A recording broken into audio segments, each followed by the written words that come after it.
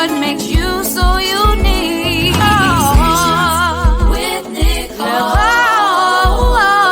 Conversations with Nicole. Conversations with Nicole. Conversations with Nicole.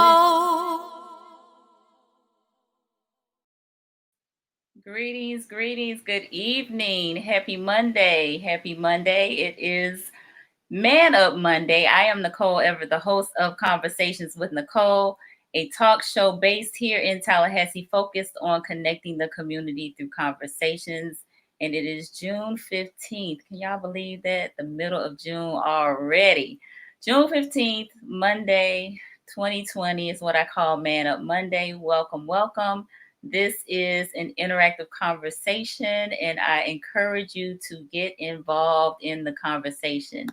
Last week for Man Up Monday, I just kind of had a talk with you all about Black men speaking up, and I told you that I would have 3 awesome Black males here to speak tonight. So we're gonna talk. We're gonna dive deep and try to get as much of these topics covered tonight. Systemic racism, Black fatherhood in the talk, and defunding law enforcement. But before we dive in, I need to see who we talking to, who's with us tonight. So if you will, in the comments, put the city and the state that you are tuning in from, the city and the state that you are tuning in from. Again, this is an interactive live, and we want to hear from you. So I see that there are folks out there, but I want to know, where are you tuning in from? Just put in the comments the city and the state that you're tuning in from, and we'll give you a shout out. So while you all are doing that, I'm going to bring my guests on and have them introduce themselves. So up first is Attorney Chuck Hobbs. Good evening. Good evening. Sure. Chuck Hobbs here. Glad to be here with my good friend, Nicole Everett, straight out of Miami-Dade County. Right, 305. Right. Glad to be here this evening with you. And I'm looking forward to having this discussion with you, as well as the other 2 very distinguished gentlemen who will introduce themselves shortly. Indeed. All right, next is Mr. Michael A. Cork. Good evening. How you doing? All right. Well, glad to be here. Appreciate you inviting me. My pleasure. Thank you. Such a distinguished group of gentlemen to discuss some things. Hopefully I can provide a little bit of input that can help, bring some insight. So I look forward to it. Thank you. Absolutely. Thank you. And then last but not least, Dr. Bruce Strouble. Welcome. Hey, everybody. And thank you so much for having me here, Nicole. This is an honor for me to be here with this group and these 2 gentlemen as well. Awesome.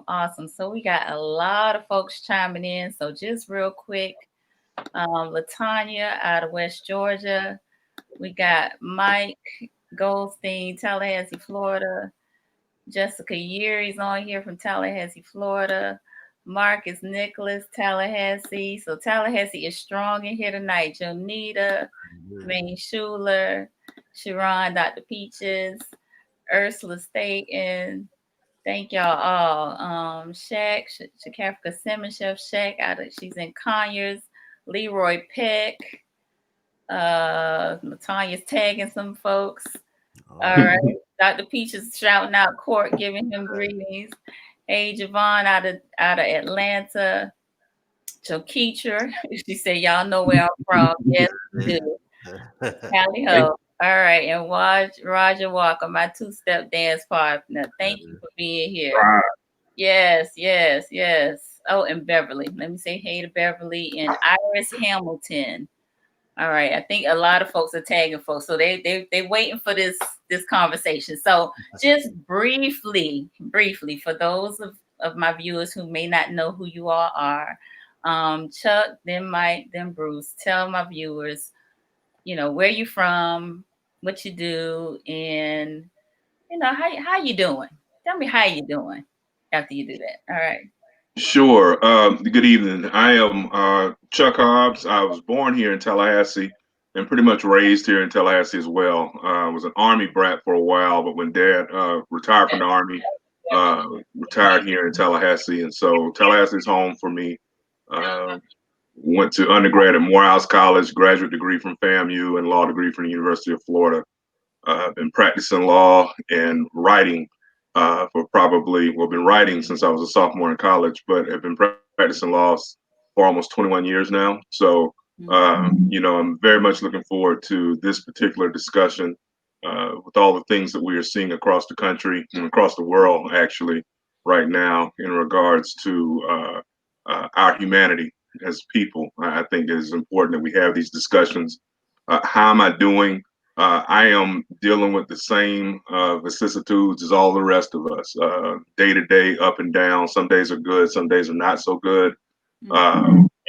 From the coronavirus pandemic to the ever-present issue of race and being a Black man, large Black man in this country, and the suspicious looks that you receive because of your skin color and because of your size, that gets tiring. And so again, I'm, happy one moment, stressed out the next, but ultimately my faith sustains me through the good and the bad, and we just have to keep pushing forward.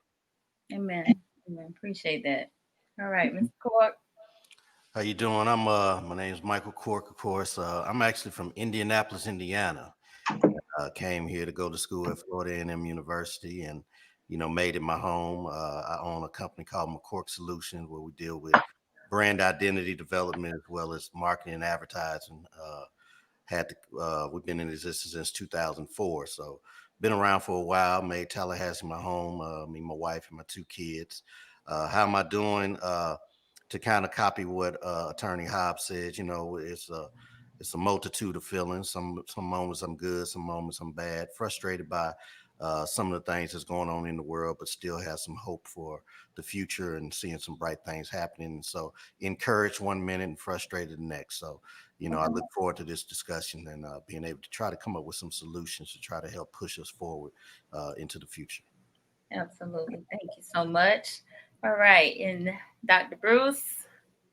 Yeah, I'm from originally Pasadena, California, Altadena, California, to be more specific. Came here to Tallahassee about 20 years ago now. And like Mr. Court, I decided to make it my home afterwards. I work currently for the city of Tallahassee with sustainability and community preservation. And outside of that, I do a lot of activist work locally and nationally with different groups fighting against environmental racism, trying to promote environmental justice for African-American communities, and really just trying to better the lives and the quality of life for Black people and then all American people and people across the planet. All right. Well, thank you so much. So yes, we do have an all-star panel. I'm getting a lot of comments from folks as it relates to that. So again, thank you all for being on here. So let's dive in. Systemic racism. Right before we came on, I was, just double checking my definition of racism and found that a young lady, Kennedy Mitchum out of Missouri, 22 years old, actually got Merriam-Webster to change the definition of racism. Had y'all heard about that? Yes. Yeah. I thought that was pretty phenomenal. Yeah, it was very good. Yeah, go ahead, Bruce. Did you want to say something? Oh, well, yeah, that's a very exciting development. For quite some time, in the scholarly academic community, lots of African-American professors have been arguing that the way people experience racism is not necessarily in line with how it's defined in a dictionary. When we actually look at racism in the people's lives and how it's experienced, we're talking about a specific set of activities that work in one direction from people in power to those without power that have certain results. They lead people who are oppressed in situations where they're without privilege, they're without equal opportunity, they're without equal representation and equal ability to be successful in the society. Whereas other people, because of their race or their phenotype, we like to say, they're given certain privileges and they are excused from certain burdens that a lot of us members of the dominant race in this society, we don't get those same privileges. So that's what how we understand racism versus something that some will argue is just a belief in someone's head. They think that you're inferior and therefore that makes them racist. We're saying that that belief doesn't matter. It's more so that the belief coupled with that power that they may have to influence your life. Mm-hmm.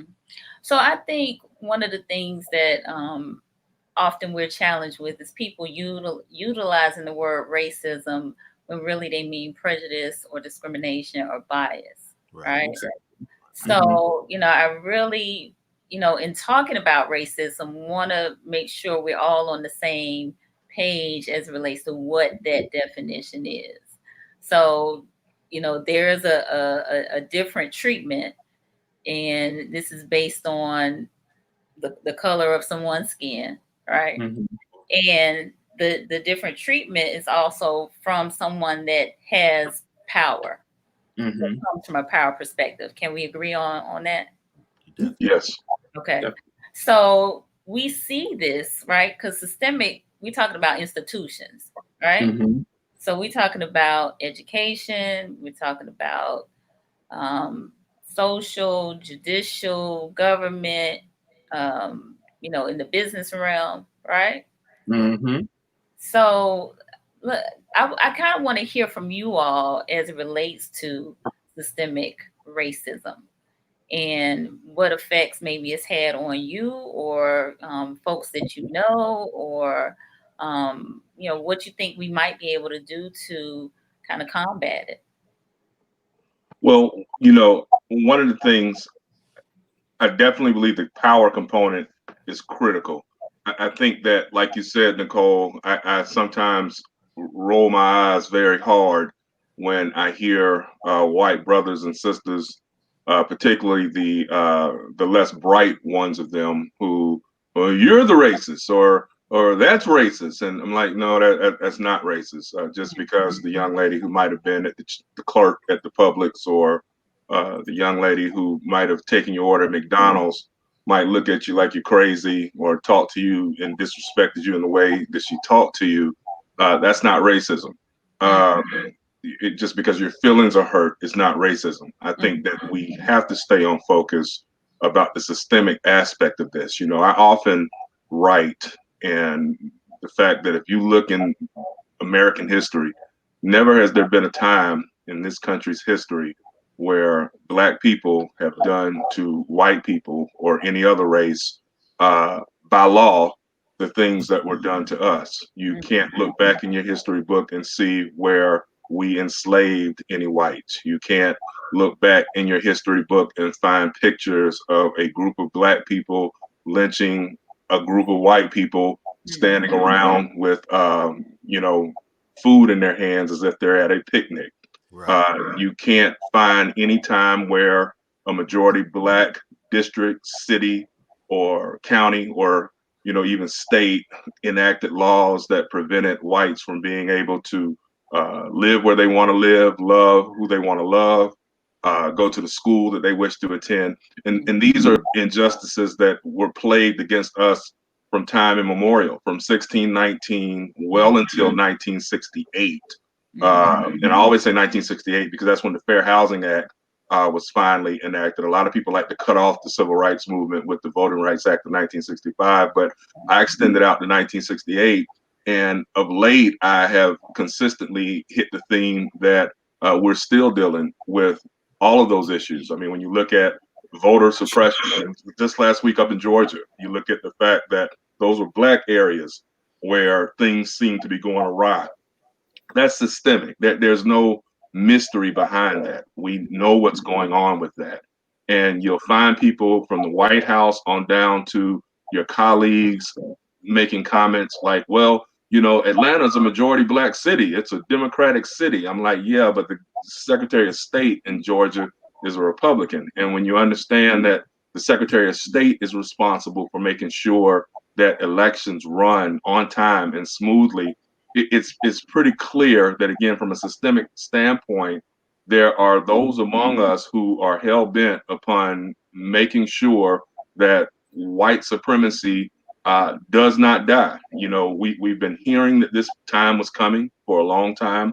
Ever since maybe in the mid '90s when There was the reports that Hispanics and Latinos were from the birth rates would actually become the second highest minority by the mid 21st century. You're seeing that happening.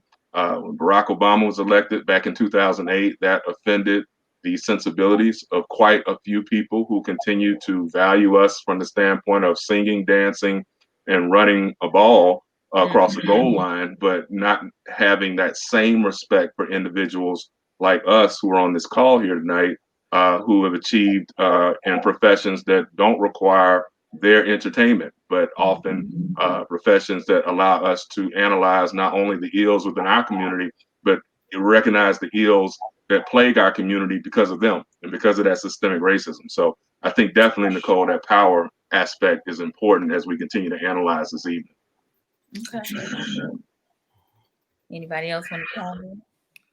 When I think of systemic racism, one of the things I think that we've been oftentimes neglected is access. A lot of times, systemic racism has been placed for us to stay within a certain criteria, stay within a certain box, socioeconomically. So a lot of times, some of the things that are that we're left out when it comes to access has oftentimes been detrimental to our progress, and that's been strategically planned. It's not an accident that happens.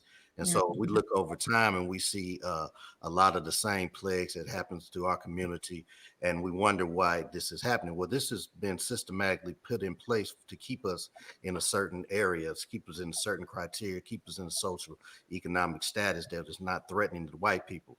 So a lot of times they don't mind if we're entertaining them, we're singing and dancing, but when we come to the table where we're doing something that requires intellect and requires our intelligence, that's when they want to keep us out, especially when it comes to pushing policies that's going to advance our people. Well said. Well said. Yeah, I think Kimbri Ibrahim, and Stamp from the beginning, he really frames this very well when he talks about how racism operates, and he presents it as just this mechanism for, as Chuck said, maintaining white supremacy. It's that idea of keeping white supremacy in place, whether that be by advancing it or trying to maintain the status quo and prevent people from making the necessary changes to undo the system that's been put in place that we all can see clearly is unfair from 1619 to this very day. Right. Mm-hmm. So how do we begin to tackle this? Or do we? We have to. Yeah. I think we are, Nicole. I think that what has happened is that many of us have been raising hell for so long in our lives in whatever ways that we raise hell, right? I mean, and I say that in all sincerity. There are so many things that those of us on this call have done within our professions to advance the cause of the race.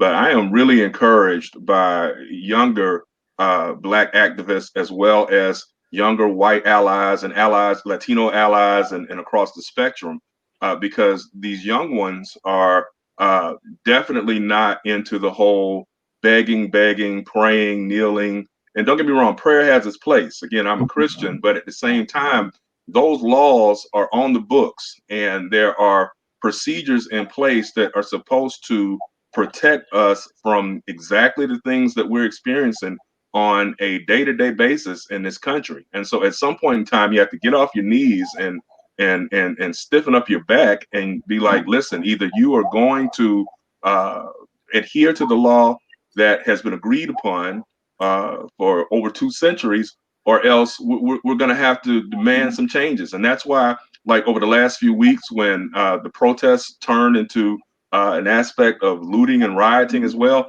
I did not condemn that. And there were some people who would be in my inbox, and you'd be surprised at some of the things that I read. Like, Chuck, I always thought that you were more of a peaceful type, more of a Martin Luther King type. Your voice is so strong. I'm like, yeah, my voice is strong, but I'm not going to condemn those kids for what they're out there doing. Because at the end of the day, I am convinced still 2 weeks later, almost 3 weeks later, that had Minneapolis not lit up, had St. Paul not lit up, George Floyd's killers are probably not arrested at this point in time. Okay. They were getting ready to do the same old shuffle that we have heard time immemorial, where it's like, well, we got to investigate. We have to look into it. And no, you don't. Again, I have represented so many people, unfortunately, charged with murder or attempted murder. And when a suspect is suspected of that type of crime, they get arrested immediately, and the cops continue to investigate and try to, tighten up their cases. But there's no long investigation. If you or I or any of us on this call were to commit murder, we get arrested and be held with no bond. And so I think that once they're looking at those precincts burning up and Targets burning up and Wendy's burning up, you're going to see that, again, it all forms a symbiont circle. Like, so you've got the peaceful part here, you've got the individuals who are being intellectual about it there, and then you also got the folks that are out there raising hell and lighting it up. And I think that all of those prongs work together toward the ultimate end that we're looking for. Mm-hmm. Excellent point. Very well said, Chuck. I often find myself in conversations with people where, it's either they line up more with Martin Luther King Jr.'s philosophy or Malcolm X, right? So you got a little more Martin or you got a little more Malcolm. And my perspective or thought about it is both are needed, right? There are many routes to get to where we're trying to go. So, I don't think we should be so judgmental of the variety of routes. Just, get in where you fit in. Right? I think some folks have felt like they weren't doing enough, maybe because they weren't out there protesting or because they weren't, active in the streets or what have you. But that might not be, the way you do it. There may be something else or some other things that you can do to show your support for trying to do away with this system that is not for us. Yeah, I think, Nicole, what I've seen in my experience thus far is that in order for us to make this change, we're going to have to fight racism and white supremacy on every front where we find it. And I think that we can't allow there to be, as they say, no justice, no peace. We can't allow anyone to rest until these changes that we want start to come about.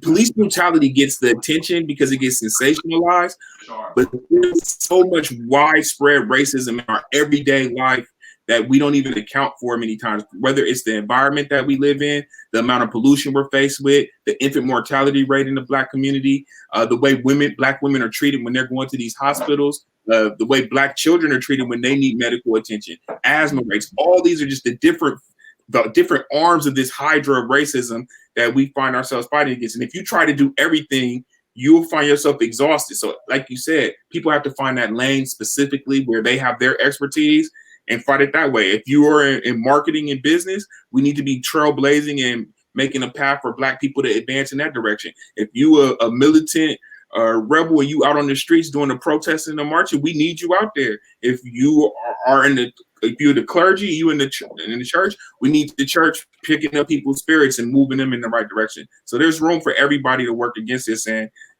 we don't even all have to have the same exact idea, but we all need to just be doing something. Mm-hmm. Right. I think there's a unified message that has to be out there. We got to sort of agitate the comfortable. And so, there's a lot of people who, when you think of white America, that's comfortable now, and they've benefited from status quo. And so a lot of the young people out right now, they're interested in just totally busting that up and blowing that up totally. And so I applaud it too. Just like Chuck said, I also made a post that I believe had they not lit up the streets, I don't believe that those police officers would have been charged either. And so though I don't want to see our young people get hurt, I do recognize that it's somewhat of a war that we're in. I think that there's a war mentality that has to be adopted to understand that we're all in it, whether or not you are an attorney or you're a guy on the street. Understand that the systemic racism that's out here, that's been here, that's plagued this country, is out to somewhat destroy us. And so we have to get on the same page and understand that we have to come together as a unit, and everybody has a part to play in order to make a change for this to happen. Okay. So how do we do? I mean, I know I keep asking this question, but give me some thoughts on how do we do it? I mean, yes, Bruce talked about, kind of whatever your area expertise, then working in that. But I mean, is it several plans? Is it one plan? Is it, what are y'all's thoughts about that in terms of solutions? I think it's multifaceted. I think, Nicole, that one of the first components is education. And I know that might sound cliche, but it's absolutely true. And I know all of us have had these experiences where you are in a conversation with a colleague, or you are in a debate. Well, not really a debate, but you're in a discussion on Facebook, because like John Henry Clark said, we debate our equals, everybody else we teach, right? But there are times when I sit up and I watch and listen and read comments, and I'm like, boy, people really have a fundamental lack of understanding of history and how what was still is to a great extent in these United States of America. Like, for instance, in 3 weeks, there are a number of people across this country that are going to be hoisting the red, white, and blue flag and talking all about their founding fathers and all of the great deeds of Jefferson and Adams and Washington and Madison and all those slave owners, right? And at the end of the day, when you take a look at that, well, not Adams, he wasn't a slave owner, but the point that I'm making is that you take a look at what they did, they're going to be celebrating violence. They're going to be celebrating the fact that those colonists felt as if those intolerable acts and other British parliamentary acts that they just were not going to put up with anymore. Well, what did they do? They went and started a war about it. They fought about it. Lots of people died about it, right? And we are taught from a child's age on that we're supposed to revere these men. And yet we're also taught that when things are not going well for us, when their knees are on our neck, right, that we're supposed to pray for them, and that we're supposed to do good to those who do bad toward us, and all those other things that Jesus Christ asks us to do. But I fall short on the mark all the time, and I pray for forgiveness, right? But the point, right. But the point being is that how can you celebrate violence on one hand and yet sit up and try to condemn when people are tired of having the knees on our necks, right? And so that's one component. A true understanding of history actually will inspire power, and it also should inspire folks to want to make the necessary changes to avoid what has been the constant in these United States, which is violence. And again, I keep going back to that, from taking all of the lands from the Native Americans. That was done with violence, not with treaties, not with being nice or may we please have your land. They took the land. Same with the Civil War. White Southerners wanted to keep slaves. The North didn't want them to leave the Union. Next thing you know, they're fighting, and there were over 500,000, mostly whites, that were killed over the issue of slavery, right? Violence, okay? And I tell people all the time that even when you're looking at law enforcement to a great extent is here to make sure that the wealthy elites in this country, and from time immemorial, those have been white men by and large. I mean, you get a few black ballers or whatever you want to call them. You get a few blacks that have crossed that $1 billion threshold, but for the most part, the power elite in this country are predominantly white males, and the police forces are there to make sure that anarchy, you've heard that word thrown about a lot over the course of the last 3 weeks, does not come through. And so at the end of the day, you if you understand all of that, if you understand what the purpose of law enforcement is now, based upon the fact that this country was forged upon violence, you then start to talk to yourself, okay, then how can we start to make changes? And that's where the defund the police conversations start to come in. And I know we're going to be talking about that soon, so I don't want to get ahead of myself. But definitely there are some ways that we can go about trying to make the change, not beg and pray for the changes. Okay, very good. All right, Yeah, just back to that, when we talked about specific solutions, I think what the sister was doing, she started in Atlanta, and I see it spreading the Buy the Block movement. That is a method that is going to be very useful. We do need to own the territory and land in our communities. We also, as Marcus Garvey used to say, one of our biggest problems as a people is our lack of organization. We get organized to a certain degree, but we sometimes fail at going to those higher levels of organization.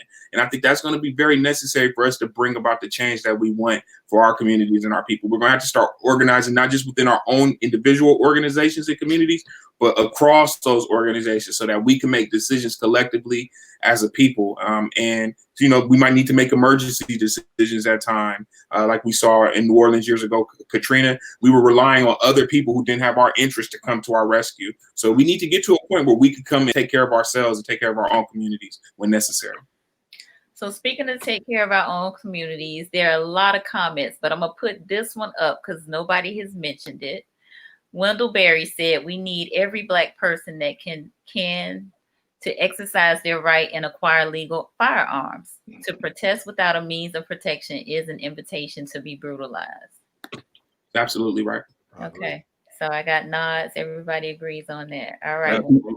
He actually, there's a local here in Tallahassee, and there is a gun owners club here, and there's the national. I can't think of the name of it because I just found out about it and I'm getting ready to join. There's a National Gun Owners Association for African Americans. People need to look into these kind of associations. There's nothing wrong. There's nothing illegal. There's nothing wrong with having a firearm if you plan to use it only for lawful purposes. Right. Okay, cool. So the children were mentioned, and all of you are fathers. So happy early Father's Day. Thank you. Thank you. So Black fatherhood and the talk. And when I say the talk, I'm talking about you having to talk to your children about being Black in America, the possibility of being called out of their name, being treated as less than or inferior, being stopped by the police, and unjustly. So talk to me a little bit about that. And Black fathers in America. Well, with being a Black father, I mean, you definitely have to have communication with your kids, but you also have to live it out in front of them as well. And so that's where integrity of your life is what you talk about, and how you live it out has to line up.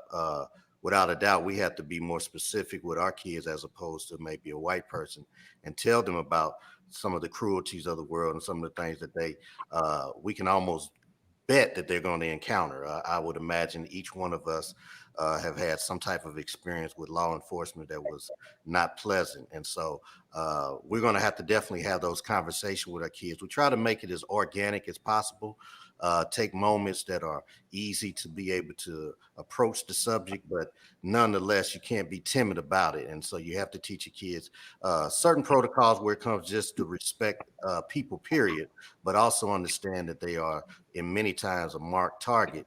And because of that, there are different things that we might have to do that, as we've integrated our schools and they may have other races as friends, understanding that they're unique, and some of the things that their friends may be able to do and get away with that they probably won't be able to do, and make them aware of their surroundings and be able to acclimate, but also be aware of what's going on. And so those are the sort of things that I would hope to be able to talk to my son about, as well as being able to live it out and showing him integrity and showing him principles of life that's going to be able to advance him. Okay, thank you. Yeah, it's important to make sure. I think that many of our kids, particularly the ones who have been dialed in, right, over the course of the last few weeks, after Ahmaud Arbery was killed and after more information came out about Breonna Taylor, and of course George Floyd, and this past weekend with Rayshard Brooks.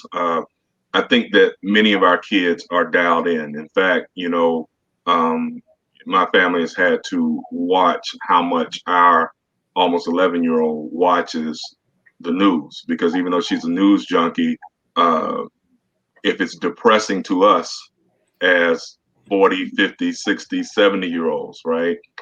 You can only imagine the type of fears that the children are having. And yet at the same time, the way I tackle it is very candid conversations with her with regards to the historical issues that we're talking about, making sure that she and as well as my nephews understand that, again, and I despise having to even say this, but I do the not all police thing, right? I mean, it's pretty understandable that not all police are bad police, but at the same time, we're not talking about all police. We're talking about the bad police, and we're talking about the ones who want to claim being good police who don't check the bad police. And so one of the things that I talk about with my daughter as well as my nieces and nephews is I ensure that they understand that when you are pulled by law enforcement, if you get pulled for a ticket or whatever, assume that because of the complexion of your skin, that they're more than likely going to be at a heightened sense of what, for lack of a better phrase, disrespect, right? I think all of us, or most of the people, I did something on my Facebook page, a little Hobbs opinion poll, as I call it, the other day, about how many people have had a negative interaction with the police. And you would be not surprised. I don't think anybody on this panel will be surprised that how many of us on a routine traffic stop, 55 and a 54, like Jay-Z used to rap about, right? And they come to your car nasty, yelling, screaming, hand on pistol, and so you understand, especially me, again, being tall, large, I automatically know they're nervous. I have a booming voice, so I have to try to soften the voice as much as I can, because it's not that I'm a coward. I know good and well that 7 to 8 times out of 10, I'm not saying I'm, Mike Tyson out here, but I know pretty well that if I have to get into fisticuffs with most men, I'm going to handle myself well in the situation. But I also know that they got a gun. And so at the end of the day, my mission is to get back home and, and be alive. And so whatever it is that I have to do to get them to de-escalate, that's what I do. And that's the problem, again, that I have with law enforcement, is that that's supposed to be their job. See, Exactly. any of us have a problem with the concept that if a law enforcement officer is apprehending a suspect who just shot up a store or did some other very, serious crime, that they might be amplified, right? And like nervous and things like that. My problem is that the people who keep getting killed are not charged with heinous crimes like rapes and murders, where that level of amplification needs to be there. You got George Floyd, $20 counterfeit bill. You've got Rayshard Brooks, DUI is a misdemeanor, folks. And so at the end of the day, these are charges that would get community service at best in the court system. And yet there's somebody in a box in the ground right now because some cop came with that command authority, being nasty. And so I talked to my daughter and nieces and nephews about that, which is whatever you have to do, soften your voice, keep your hands where they can see. I drive with my license, I'm not my license, my registration insurance stuff over my visor. And the reason I do that is because if I'm pulled, I don't want them saying, oh, we saw him reaching for what was a gun, right? No, they can see my hands the entire time that I'm even talking. I'm almost like Richard Pryor used to be. And so I am now reaching for my visor. Right. And I'm giving you my registration. And you're doing that so that you can kind of ease their fears a little bit. Right. The mission is to get home. And we got to make sure our kids get home too. I agree with everything Mr. Hobbs just said, but it troubles me that we still have to do this. And I worry that, and I taught my children and instructed them the same way. They see me pulled over by police and I demonstrate, and telling them that this still does not guarantee anything. This only increases our chances of coming home, because we saw Philando Castile was following the officer's commands and was still killed in the process, right? Mm-hmm. So I worry that at some point, and not suggesting that we send our kids to do it, but we have to find some way to change this. And this is the area where I'm at a loss, and I may not be able to give the people instruction on how we're going to change that. But this can't continue forever, where we Black people have to have perfect behavior when confronted by an officer. They're the trained professionals. I was talking about the situation that happened in Atlanta where the man was killed, and I was suggesting, does anyone know he may have had an anxiety attack? He may have panicked. He may have had a nervous breakdown when he was confronted by that officer. And as a result of that, he was killed. And that's just not, we don't see that with every other community. That seems to be something that's reserved for Black people and other people who are deemed as undesirable at times. So while I agree with Mr. Hobbs, we also have to be looking for a way to make sure that the officers who are interacting with our children and with our loved ones have the ability to restrain themselves and carry themselves accordingly. Okay, good point. All right, I'm putting Cedric Brinson's comment up. He said, let's be real, racism will be here when we are dead and gone. First thing is we need to educate our children on history and what to expect in their lifetime. So I think that echoes some of what you all have expressed. Right. Cedric's right.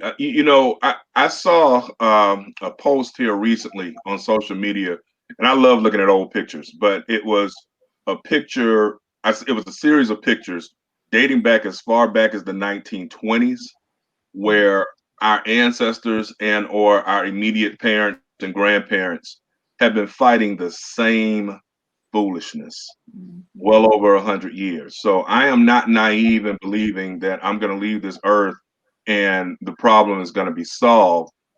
And however, I think we all still have to commit ourselves to forcing this system to do what it's supposed to do. And again, that's what's got me encouraged right now is, again, I don't see any let up. I mean, think about it. Think about all of the protest marches we have seen during our lives. Think of all the riots we have seen. They usually last, what, 2 days, 3, maybe? We are moving into a solid third week, potentially heading into a month where there is no let up across this country in regards to demanding of rights. And that is encouraging to me, because at the end of the day, I think that's how you will start to find some structural changes. A good friend of mine, Dr. Dana Denard, made a comment to me last week when we were talking about something I had not thought about. And what he said is that when you look at the young people who are in their late teens now, in their early 20s, the ones who are out there every night, all night, marching, peaceful or tearing it up, black and white, those kids were, what, 7, 8 years old when the Obamas went into the White House. And whether you agree with what President Obama was able to do on multiple political issues or not, the symbolic imagery of having a black president of the United States and black people in the White House is something that there are now millions of Americans who are coming into voting age and coming into their young adulthood, that they have seen positive images on the highest political level of black people. So many of those people, Dr. Denard was saying, are now rejecting the rhetoric from a Donald Trump, who is talking about coming from shithole nations, criminally predisposed black people or Mexicans and things of that nature. I think that is going to be something that we have to watch for too going forward, that you do have a younger generation. Now, not all of them. Some of the less bright, of course, are going to adhere to the same stuff their mama and daddy and grandmammy them did all those years too. They're going to wave their Confederate flags and they're going to talk about, the South's going to rise again and all that foolishness, because, again, they're ignorant in their own ways, right? But generally speaking, I am encouraged by what I'm seeing from these youth. Okay, good deal, good deal. All right, so any final comments on the talk? All right, let's transition into defunding law enforcement. Defunding law enforcement. So I've been hearing this term. I've heard a little bit of Sean Pittman on his show yesterday talking about it with Representative Oscar Brannon, and the defunding of law enforcement. I think it's on a couple of ends of the spectrum. One, actually defunding it, because when we hear defunding, it sounds like doing away with law enforcement altogether, as well as on the other end is just not defunding, but reallocating resources for some other activities. So I asked Bruce to kind of lead this charge, because he had some points on both ends. So this is a really interesting discussion, and I find myself in the middle here. I don't veer to either extreme, but from what I've looked at, this is not a new idea. People have been actually touting this for quite some time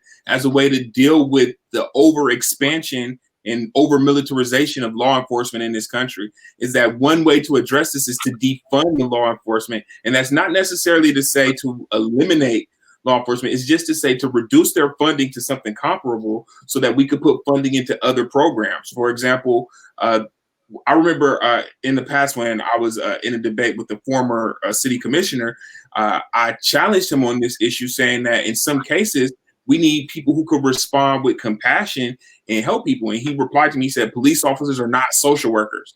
And I didn't have a chance to say to him at the time, but I was like, well, then maybe it would be better to have a social worker or a person more in line with what a social worker does to respond to certain situations. Maybe with what we just had in Atlanta, a person should have showed up and said, "Sir, we see you're sleeping in your car. Do you need help? Is everything okay? Can we assist you?" And maybe that brother will be at home with his family tonight. So the whole idea behind defund law enforcement is that we can't respond to everything with the militant approach with armed officers going in. Now, there is a more extreme version of defund the police, which is for example, I mentioned my friends in the Dream Defenders. They're calling for the abolition. They want to abolish the police. That's not as popular yet, but if police continue with this recalcitrant behavior of refusing to let up in how they treat people, then we may see more people shifting to that position where they want to. They believe in a world without police forces. I'm not there yet because I've had experiences with violence and experiences with unfair treatment in the communities where the police have been beneficial to me, but I understand other people don't share that position. So we have those extremes, and then we also have people who only want to call for just reforms. They want to do, just body cameras, holding police accountable, independent prosecutors. So that is the more mild side. Defund the police is actually in the middle right now, where you have to abolish the police is the more extreme position on how to deal with this American issue. It's not even just Black people. This is happening all across the country. Every state, police are over-militarized and they're becoming very aggressive, and it seems to be chipping away at Americans' rights to be free and live under the Constitution in this country. Okay. Anybody else want to chime in on that? Yeah, I'm definitely feeling the whole movement with regard to defund the police. And, I don't want to echo all of the things that Bruce said, because he made some great points. But what I will say is this, which is, I have heard too, those similar, we're not here for social work. I have also heard sheriffs, deputies, and or elected sheriffs across the state of Florida make comments that their jails are not there for the purpose of social training or education. They're there to hold people until they go to trial or to punish. And I think that to that extent, I give tip my hat to our sheriff here in Leon County, Walt McNeil, as well as Sheriff Young over in Gadsden County, because both of them have at least been willing to try to work toward that social aspect of trying to give skills training and things of that nature. And I can tell you this much too, even in the Department of Corrections, in the 20 years I have practiced law, I have seen a systematic defunding of programs that would help reduce recidivism, so that folks, once they pay their debt to society, can avoid coming back because they have some marketable skills.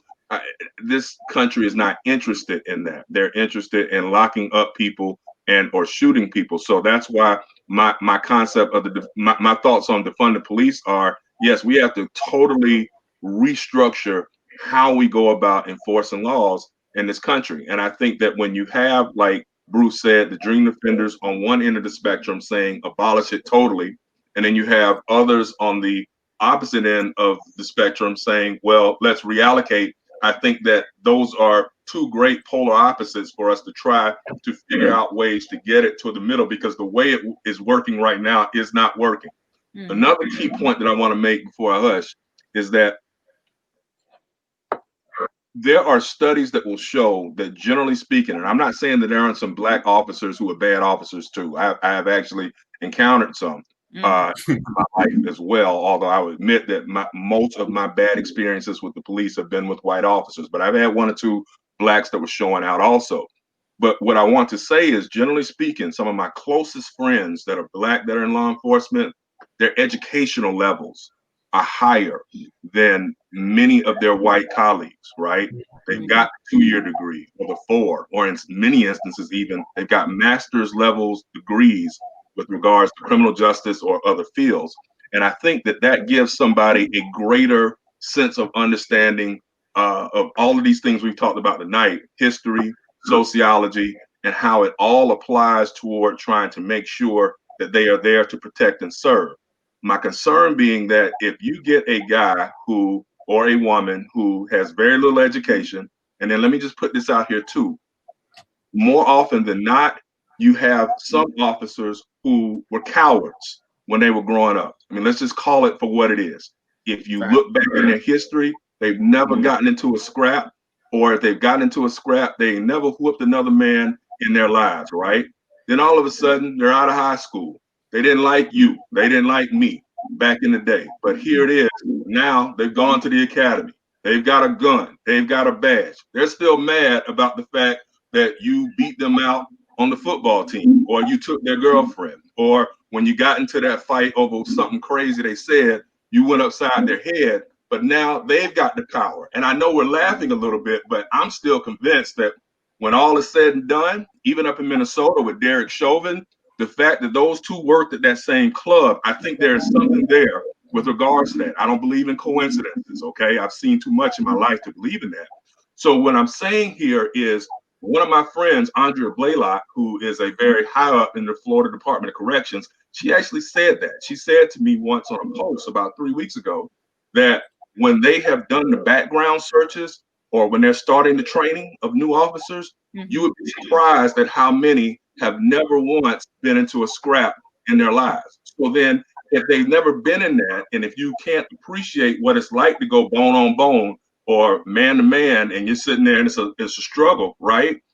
First time you get into one, like we saw sadly with Rashard Brooks the other day, Rashard Brooks tossed one officer off, hit another with a couple of two-piece. I think the one who shot him was shocked, probably had never been hit in the face before. And I think that shooting had nothing to do with fear for his life, but he was pissed off that he got hit by a suspect. And he was like, I'm going to shoot this guy who just swung on me. And that's problematic. And it happens more often than not. Fortunately, we had video camera evidence in this one, but it happens all the time where there ain't no cameras, right? So those are some of the things that we have to talk about too, defunding, but also in the existing construct, making it so that the people who are getting hired for these positions are vetted better so that we're not dealing with cowards who are just looking for an opportunity to pull that service weapon and blast somebody. Good point. Good point. Good point. So I am also of the mindset of a reallocation of the funding.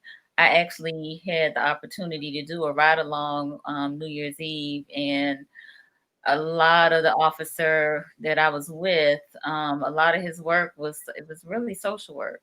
And the last call of the day was truly a mental health issue. We actually wound up driving the person who called to be actually dropped off to Appalachia, which is our local behavioral health hospital. So, he masterfully kind of talked her off the ledge while riding, but she went through so many emotions on that ride, from anger to sadness to, anxiety. And, law enforcement is dealing with this on a daily basis, and they really are not equipped to do so.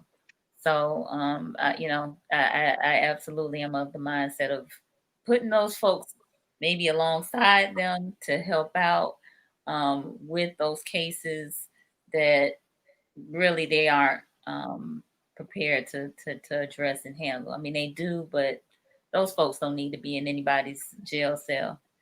Yeah, they really need some medical attention or some other solution other than going to jail. Gotcha. Yeah.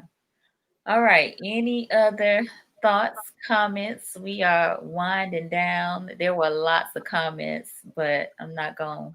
Yeah, we can go back and answer them later. Any other thoughts or comments y'all want to share? Yes. In the discussion being centered around Black men, I think it's important to say that here in Tallahassee, we lost an activist recently, a young lady who was found murdered.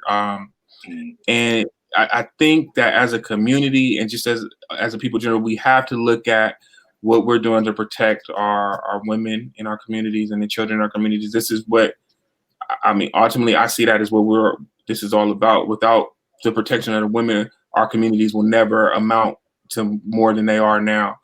And it's painful to see such a beautiful person taken from us. And we know that that's not the only one. It's happening routinely across the country.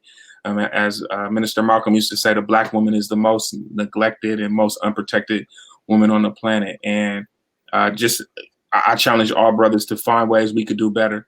That's what I see it as. That's what our primary purpose is for. So, Amen. I agree. And one other thing, I would be remiss if I got off tonight and didn't make a comment too here locally, because we're here in Tallahassee, about Tony McDade. It goes back to what Bruce was just saying, what Mike was saying earlier, and you, Nicole, with regards to what you saw on the ride along, the fact that I had a chance to see Tony's Facebook live, or whatever it is you call it, manifesto. Clearly, he was dealing with some issues. He had been jumped on by some people who clearly jumped on him, I am sure, because let's just face it, in our community, gays and lesbians and transgender ones of our community still deal with unspeakable horrors from our own people, right? We're still dealing with that. We're still dealing with that too. And so at the end of the day, he gets jumped on, and he does wrong, but it's pretty clear if you watch that video that Tony needed mental health services as well. And one of the things that is bothering me now, and I'm praying for all the activists who are working hard on his family's behalf, and my boy Mataki Akbar, who's representing the family right now. What's frustrating is Mataki and I called a few weeks ago for the state attorney's office to release that video. And State Attorney Jack Campbell, who I've worked on a number of cases with and have known almost my entire life, he's taken a position that right now he can't release it. And we understand that. And while Akbar and everyone else is still working to try to get that released, I'm going to say this, though. I was a prosecutor, the same as Campbell, under State Attorney Willie Meggs.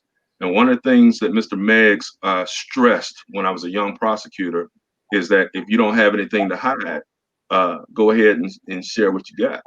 And so, remembering what Mr. Meggs said all those years ago, my soul is convinced that when the officers have said that Tony pointed a weapon at them, if the lapel camera or the dash cam showed that, I am pretty convinced that those videos would have been shown already. Like, hey, it was a good shoot. Law enforcement was justified.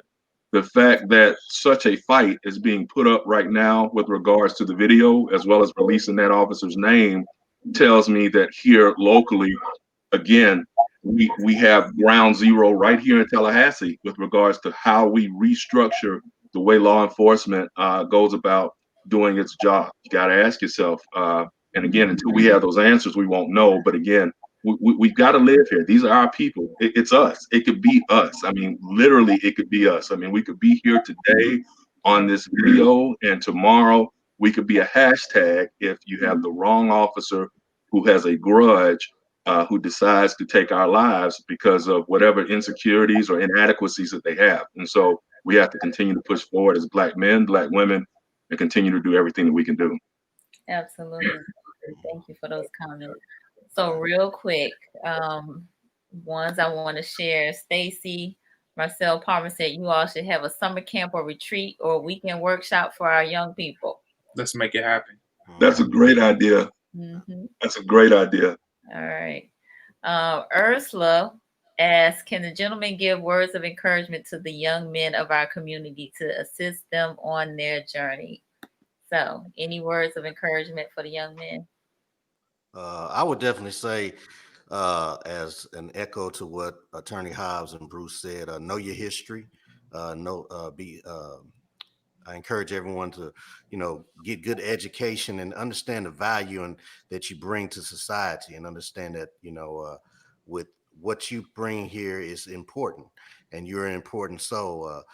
Kind of backtracking a little bit what Chuck Hobbs said, I think our community does have to have a better awareness of how to deal with mental illness. I think that's one of the things that plague our community, and it's treated with, and we tend to treat it with jail time, or a lot of times we see people losing their lives. And so, just to kind of get a better understanding of what's going on. We've been traumatized since we've been on this earth. And because of that, through generations, it's been passed down. And so sometimes we act a little irrational in comparison to mainstream, but there's a reason for that. And so encouraging young people, get educated and continue to be good at what you do everything in excellence, and understand that sky is the limit if you put your mind to it, connect with the right people, and understand that we can build together more than we can destroy things, and it'll be much better. Great comments. Thank you, Mr. Cork. All right. Chuck, Bruce, encouraging words for the young men. All Black lives matter. All of them. Okay. Chuck. God has not given us the spirit of fear. Move in strength, move in power, and demand that your rights as a human being to justice are adhered to by the power structure here in the United States. Do not be afraid. Do not start crying. Do not be a coward. Demand that these people do what they are supposed to do. All right. Very good. Thank you so much. I appreciate you all. This was awesome. Hopefully you all will come back on and we'll have some conversation about how maybe we have eradicated some of the things that we've talked about today, or at least gotten a little further along in doing away with them. So great. Yes. So thank you again. Happy Father's Day to you, beautiful Black men. I appreciate y'all. I love y'all, and have a great rest of the week. Thank you. All right, too, Nicole. And thank y'all, my viewers. I appreciate you. Y'all share this, like it, tag folks, let them know they need to hear this conversation. Great conversation tonight.